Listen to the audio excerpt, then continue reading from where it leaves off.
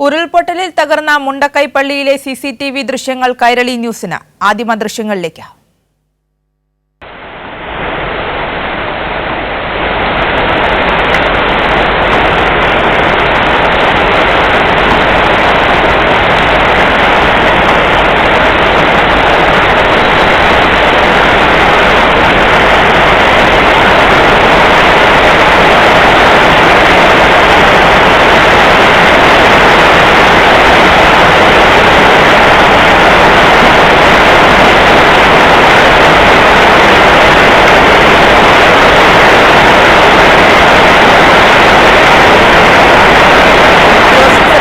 വിവരങ്ങളുമായി ചേരുന്നുണ്ട് ജോസിൽ.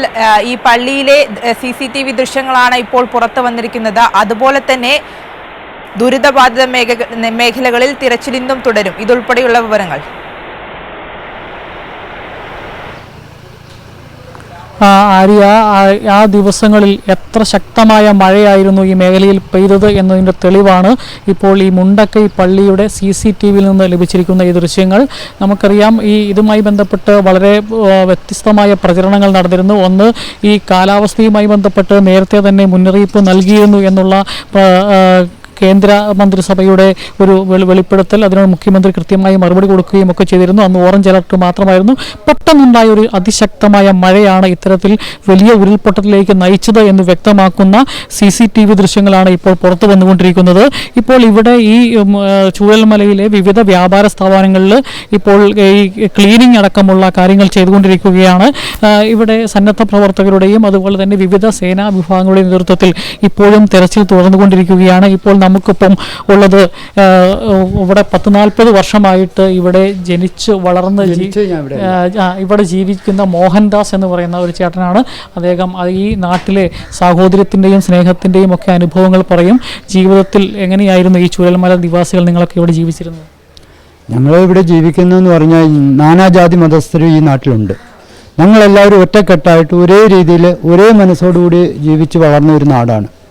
മറ്റു ദേശത്തില്ലാത്ത പോലെ ഒത്തൊരുമയും സഹകരണമുള്ള ഒരു പ്രത്യേകം പിടിച്ച നാടാണിത്. വയനാട് ചൂരൽമല എന്ന് പറഞ്ഞ പ്രദേശം, ചൂരൽമല, മുണ്ടക്കൈ, അട്ടമല, ഈ 3 വാർഡിലെ ആൾക്കാരും അല്ലെ 4ാമത്തെ വാർഡ് 9ാം വാർഡിലെ ആൾക്കാരാണെന്ന് പറഞ്ഞാൽ എല്ലാവരും പരസ്പര സ്നേഹത്തോടും പരസ്പര ധാരണയോടും കൂടി ഒന്നിച്ച് ഈ പ്രദേശത്ത് വളർന്ന് ജീവിച്ച് തൊഴിലിന് പോവുകയാണേലും ഇവിടെ ഒരു പള്ളിയിലെ ഒരു ആഘോഷം വന്നാൽ സർവത്ര ഹിന്ദുക്കളും ക്രിസ്ത്യാനികളും അവിടെ ഉണ്ടാകും. അതുപോലെ തന്നെ ക്ഷേത്രത്തിൽ, നമ്മുടെ ഇപ്പോൾ ഈ ക്ഷേത്രമൊക്കെ തകർന്നു പോയി, ആ ക്ഷേത്രത്തിലൊരു പരിപാടി വന്നു കഴിഞ്ഞാൽ മുസ്ലിങ്ങളായിട്ടോ ക്രിസ്ത്യാനികളായിട്ടോ എല്ലാം സഹകരിച്ച് ഒറ്റക്കെട്ടായിട്ട് ഇവിടുത്തെ മനുഷ്യരേ ഉള്ളൂ, മതമില്ല ഇവിടെ. അങ്ങനെ ഒരു ദേശമായിരുന്നു നമ്മുടെ ഈ ചൂരൽമലയും മുണ്ടക്കയും അട്ടമലയും ഒക്കെ. പക്ഷേ ഇന്ന് ആ ദേശത്തെ പ്രകൃതി വെട്ടിപ്പിളർന്ന് നാശമാക്കി കളഞ്ഞിരിക്കുകയാണ്. ഞങ്ങളിൽ 100 പേരുണ്ടെങ്കിൽ 85 ഞങ്ങൾ വിട്ടുപോയി. ആ മാനസിക സംഘർഷം കൊണ്ട് ഞങ്ങൾക്ക് ഇവിടെ ജീവിക്കണോ വേണ്ടേ എന്നുള്ള ഇപ്പം ജീവിച്ചിരിക്കുന്നവർക്ക് തന്നെ ഭയങ്കരമായിട്ട് മാനസിക പ്രശ്നങ്ങളാണ്.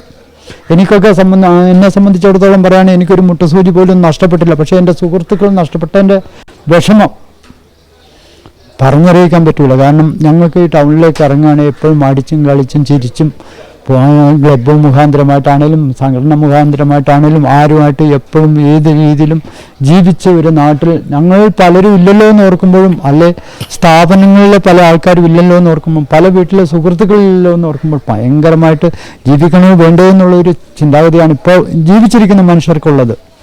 അതായത് ഏതൊരു വ്യക്തിയും, നിങ്ങളിവിടെ ചാനലുകാർ പലരും വന്ന് പലരെയും കണ്ടിട്ടുണ്ടാവും, പല ആൾക്കാരുടെയും സംസാരത്തിൽ നിന്ന് നിങ്ങൾക്ക് മനസ്സിലായിട്ടുണ്ടാവും ഈ നാട്ടിലെ ജനങ്ങൾ എങ്ങനെയായിരിക്കും എന്നുള്ളത്.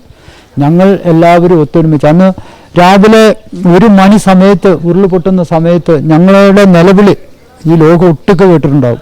കാരണം വാട്സപ്പ് വഴിയും അതുപോലെ തന്നെ നമ്മളെ കൊണ്ട് കഴിയുന്ന ഈ നാട്ടിലെ ആൾക്കാർക്ക് ഈ കഴിയാവുന്ന രീതിയിൽ രക്ഷാപ്രവർത്തനം ചെയ്തു നമ്മൾ അറിയിച്ച പ്രകാരം നമുക്ക് വേണ്ടുന്ന എല്ലാ സംഘടനകളും എല്ലാ സംവിധാനങ്ങളും നമുക്ക് നേരം വെളുക്കുന്നതിന് മുന്നേ ഇവിടെ എത്തി. ഫയർഫോഴ്സ് ആണെങ്കിലും പോലീസ് ആണെങ്കിലും മറ്റ് സംവിധാനങ്ങളാണ്, സന്നദ്ധ സംഘടനകളാണെങ്കിലും എല്ലാവരും എത്തി. ഇപ്പോൾ സർക്കാർ പറഞ്ഞിരിക്കുന്നത് ഇവിടെ ഈ പ്രദേശത്തുള്ള ആളുകളെ മുഴുവൻ ഒരു അത്യാധുനിക ടൗൺഷിപ്പ്, അതായത് സ്കൂളും അംഗൻവാടിയും ഒക്കെയുള്ള എല്ലാ സംവിധാനങ്ങളും കൂടിയുള്ള എല്ലാവരെയും ഒരുമിച്ച് ജീവിക്കുക. ഇപ്പം ഇന്ന് രാവിലെ സംസാരിച്ച ആളുകൾ മതി, ഞങ്ങൾക്ക് ഒരുമിച്ച് ജീവിച്ചാൽ മതി എന്നാണ് പറയുന്നത്. അത്രയും സന്തോഷം. അത്തരത്തിലൊരു സംവിധാനത്തെക്കുറിച്ച് എന്താണ് എൻ്റെ അഭിപ്രായം? അത്തരത്തിലുള്ള ഒരു സംവിധാനത്തെക്കുറിച്ച് നമുക്കൊരു അനുഭവം മുന്നിൽ കിടപ്പുണ്ട്. പുത്തുമല എന്ന് പറഞ്ഞ ദുരന്തഭൂമിയിൽ നമ്മുടെ ആൾക്കാർ ഇങ്ങനെ സർക്കാരാണെന്നുള്ള സർക്കാർ തെറ്റു പറയുന്നില്ല, സർക്കാർ നമ്മൾ ഒറ്റയ്ക്ക് മറ്റുള്ളിടത്തേക്ക് മാറ്റിപ്പാർപ്പിക്കുന്ന ഒരു സംവിധാനം ഉണ്ടാകരുത്. പലരെയും പല വഴിക്ക് വെട്ടിപ്പകർന്ന് മാറ്റരുത്. എല്ലാവരെയും ഒന്നിച്ചൊരു ടൗൺഷിപ്പോടുകൂടി ജീവിക്കാൻ അനുവദിക്കണമെന്ന് മാത്രമാണ് ഞങ്ങൾക്ക് പറയാനുള്ളത്. കഴിഞ്ഞ പ്രാവശ്യം നമുക്ക് പല ദേശത്തായിട്ട് പോത്തുമല പൊട്ടിയിട്ട് പല ദേശത്തായിട്ടാണ് ആൾക്കാരെ കൊണ്ട് താമസിച്ചത്. അവരുടെ ആ ഫ്രണ്ട്ഷിപ്പ് അതാണ് ആര്യ, ഇവിടെയുള്ള ആളുകൾ രാവിലെ മുതൽ നമ്മൾ സംസാരിക്കുന്ന ആളുകളെല്ലാം പറഞ്ഞുകൊണ്ടിരിക്കുന്നത് ഈ ഇതേ കാര്യങ്ങൾ തന്നെയാണ്. അതായത് ഇവർക്ക് ഈ ഒരുമിച്ച് ജീവിച്ചിരുന്ന, അതായത് ജാതി മത വ്യത്യാസമില്ലാതെ സ്നേഹത്തോടും സഹോദര്യത്തോടും കൂടി കഴിഞ്ഞിരുന്ന ഈ നാട്ടിലെ ജനങ്ങളെ വിവിധ പ്രദേശങ്ങളിലേക്ക് ഭിന്നിപ്പിച്ച് ജീവിപ്പിക്കാൻ ഇടവരുത്തരുത് എന്നുള്ളൊരു അഭിപ്രായമാണ് പറയുന്നത്. സർക്കാരും അത് തന്നെയാണ് പറയുന്നത്. ഈ പ്രദേശത്ത് ഈ ദുരന്തത്തെ അതിജീവിച്ച മുഴുവൻ ആളുകളെയും ഈ പ്രദേശത്തു തന്നെ ഒരു പ്രദേശം കണ്ടെത്തി, സുരക്ഷിതമായ ഇടം കണ്ടെത്തി അവിടെ അത്യാധുനിക രീതിയിലുള്ള ടൗൺഷിപ്പ് ഉയർത്തിക്കൊണ്ടുവരും.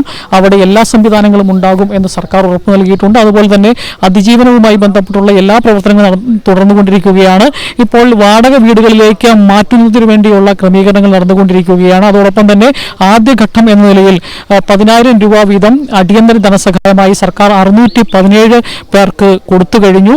അതുപോലെ തന്നെ മരിച്ച ആളുകളുടെ കുടുംബങ്ങൾക്ക് സഹായം ചെയ്യുന്നതിന് വേണ്ടി ലീഗൽ ഹയർഷിപ്പ് സർട്ടിഫിക്കറ്റ് ആവശ്യമില്ലാതെ തന്നെ, നമുക്കറിയാം നേരത്തെയൊക്കെ ആളുകൾ പറയുന്ന ഒരു പ്രയോഗമുണ്ട്, സർക്കാർ കാര്യം മുറ പോലെ നടക്കൂ എന്ന് പറയാറുണ്ട്. എന്നാൽ അങ്ങനെയുള്ള തടസ്സങ്ങൾ ഒന്നുമില്ലാതെ എല്ലാം വേഗം ദുരന്തബാധിതർക്ക് അതിജീവിതർക്ക് എത്തിക്കുന്നതിന് വേണ്ടിയുള്ള സംവിധാനങ്ങൾ നൽകുകയാണ്. അതിനുവേണ്ടിയാണ് ലീഗൽ ഹയർഷിപ്പ് സർട്ടിഫിക്കറ്റ് അടക്കം ഇത്തരം ദുരിതാശ്വാസ സഹായങ്ങൾ ലഭിക്കുന്നതിന് ഈ അതിജീവിച്ചവർക്ക് വേണ്ട. കാരണം രണ്ട് മാസത്തിലധികം സമയമെടുക്കുമായിരുന്നു മറ്റ് രേഖകൾ സമർപ്പിച്ച് ഇത്തരമുള്ള സർട്ടിഫിക്കറ്റുകൾക്ക് സമ്പാദിക്കുന്നതിന്. ഇപ്പോൾ സർക്കാർ പറഞ്ഞിരിക്കുന്നത് നമുക്കറിയാം. ഇപ്പോൾ രേഖകളെല്ലാം തന്നെ ഇവർക്ക് ഈ ദുരന്തത്തിൽ പലർക്കും നഷ്ടപ്പെട്ടിട്ടുണ്ട്, അതിജീവിച്ചവർക്കും നഷ്ടപ്പെട്ടിട്ടുണ്ട്. ആദ്യം ആ രേഖകൾ വീണ്ടെടുക്കുന്നതിന് വേണ്ടിയുള്ള ബാങ്ക് പാസ്ബുക്കുകൾ അടക്കം വീണ്ടെടുക്കുന്നതിനുള്ള സജ്ജീകരണങ്ങൾ സർക്കാരിൻ്റെ ഭാഗത്തു നിന്ന് ഉണ്ടാകുന്നുണ്ട്. അതിന് ബാങ്കുകൾ ഇടപെടിക്കുന്നുണ്ട്. അതുപോലെ തന്നെ വാഹനങ്ങൾ നഷ്ടപ്പെട്ട ആളുകൾക്ക് ആ വാഹനങ്ങളുടെ നാശനഷ്ടം കണക്കാക്കുന്നതിന് വേണ്ടി മോട്ടോർ വാഹന ഡിപ്പാർട്ട്മെന്റിനെ അതിൻ്റെ ചെയ്തിട്ടുണ്ട്. അതുപോലെ തന്നെ ഈ വ്യാപാര സ്ഥാപനങ്ങളിൽ ഉണ്ടായ നഷ്ടങ്ങളെ സംബന്ധിച്ചുള്ള കണക്കെടുപ്പ് നടത്തുന്നതിന് വേണ്ടി വ്യാപാര വ്യവസായ ഏകോപന സമിതി ഇന്നലെ രംഗത്തിറങ്ങിയിരുന്നു. അങ്ങനെ എല്ലാ രീതിയിലും ഉള്ള കൃത്യമായ വളരെ വേഗത്തിലുള്ള ക്രമീകരണങ്ങളും ഇടപെടലുകളുമാണ് സർക്കാരിൻ്റെ ഭാഗത്തുനിന്ന് ഉണ്ടായിക്കൊണ്ടിരിക്കുന്നത്. ഏകദേശം ജനങ്ങളും ഈ അതിജീവിച്ച ആളുകൾ നമ്മൾ സംസാരിക്കുമ്പോൾ സർക്കാരിൻ്റെ അതുപോലെ ഈ സംവിധാനങ്ങളുടെ എല്ലാം പ്രവർത്തനങ്ങളിൽ ഈ പ്രദേശത്തെ ജനങ്ങളും വളരെ സംതൃപ്തരാണ് എന്നുള്ളതാണ്. കാരണം മുമ്പ് സൂചിപ്പിച്ചതുപോലെ തന്നെ ഈ ദുരന്തമുണ്ടായി ഒരു പാതിരാത്രിക്കുണ്ടായി ഈ ദുരന്തത്തിൻ്റെ ആദ്യ ഘട്ടത്തിൽ തന്നെ ഇവിടെ എല്ലാ സംവിധാനങ്ങളും നിരന്നു. എല്ലാ ജനങ്ങളെ അതിജീവിപ്പിക്കുന്നതിന് വേണ്ടിയുള്ള എല്ലാ കാര്യങ്ങളും കൃത്യമായി ചെയ്തിട്ടുണ്ട്. അതിന് സർക്കാർ സംവിധാനങ്ങൾ മാത്രമല്ല, ഏത് ദുരന്തമുഖത്തും ഓടിയെത്താറുള്ള ജനങ്ങൾ, കേരളത്തിൻ്റെ സ്വന്തം സേനയായ ഈ ജനങ്ങൾ അവരും ഓടിയെത്തി വേണ്ട ക്രമീകരണങ്ങളെല്ലാം ചെയ്തിട്ടുണ്ട്. ഇപ്പോൾ ഇവിടെയും തുടർന്നുകൊണ്ടിരിക്കുകയാണ്. ഈ വ്യാപാര സ്ഥാപനങ്ങളിൽ അടിഞ്ഞുകൂടി കിടക്കുന്ന ചെളിയടക്കം നീക്കിക്കൊണ്ട് അതിനുള്ള പ്രവർത്തനങ്ങൾ നടന്നുകൊണ്ടിരിക്കുകയാണ്. അങ്ങനെ കൃത്യമായി സർക്കാർ സംവിധാനങ്ങൾ എണ്ണയിട്ട യന്ത്രം പോലെ ഈ ദുരന്തബാധിതരെ അതിജീവിക്കുന്നതിന് വേണ്ടിയുള്ള പ്രവർത്തനങ്ങൾ സംഘടിപ്പിക്കുകയാണ് എന്നാണ് സൂചിപ്പിക്കാനുള്ളത്. ആര്യ, തീർച്ചയായും നേരത്തെ നമ്മളോട് സംസാരിച്ച വ്യക്തിയുടെ വാക്കുകളിൽ നിന്ന് വ്യക്തമാണ് ആ ദുരന്തത്തിന്റെ വ്യാപ്തി. തുടക്കം മുതൽ തന്നെ സർക്കാരും സന്നദ്ധ സംഘടനകളും ആ ദുരന്തമുഖത്ത് അവർക്കൊപ്പമുണ്ട്. ഇനിയും വയനാടിനായി കൈകോർക്കാനും അതേ രീതിയിൽ തുടരുകയാണ് അവിടുത്തെ പ്രവർത്തനങ്ങൾ. ജോസിൽ സെബാസ്റ്റ്യനാണ് വിവരങ്ങൾ നൽകിയത്.